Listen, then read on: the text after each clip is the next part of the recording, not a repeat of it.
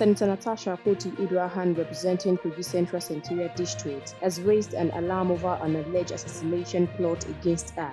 In a shocking revelation, she accused three top Nigerian politicians, Governor Usman Ododo, his predecessor, Yahaya Bello, and the Senate President, Akpabio, of being involved in the supposed scheme. Akpoti-Uduaghan's allegations have sparked a heated controversy in Kogi State, with the state government and Akpabio's camp dismissing her claims as reckless and malicious. The Kogi State government has accused her of inciting unrest and violating a government ban on political gatherings in Kogi Central. The Human Rights Writers Association of Nigeria, URIWA, has condemned the state government and police for allegedly using security concerns as a pretext to block Akpoti-Uduaghan's visit to her constituency.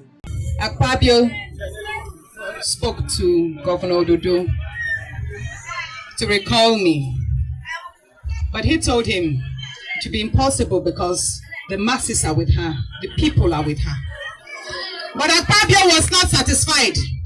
He then sent for Yahaya Bello. And it was actually Senator Asukwo from Cross River that drove Yahaya Bello from Hilton Hotel. I was informed of everything. And when I got to know, hold on, the meetings was in two folds. He told him to commence my recall.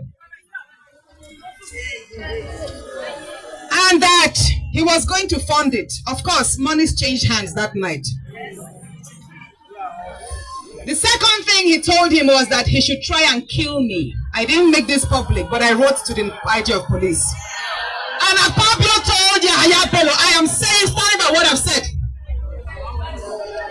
He told him that he should make sure that killing me does not happen in Abuja, it should be done here. So it will seem as if it's the people that killed me here.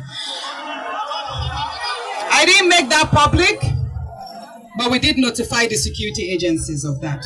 Senate President Akpabio has responded to the allegation through his media aide, Eseme Eyibo stated that Akpoti-Uduaghan's allegations are sub judice, meaning that they are under judicial consideration and cannot be commented on. The controversy has escalated tensions in Kogi State, with Akpoti-Uduaghan supporters gathering in large numbers to welcome her despite the imposed restrictions. You can also drop your opinion in the comment box section below. We'll continue to supply you more trending news updates and exclusive videos. Keep watching NaijaNews TV.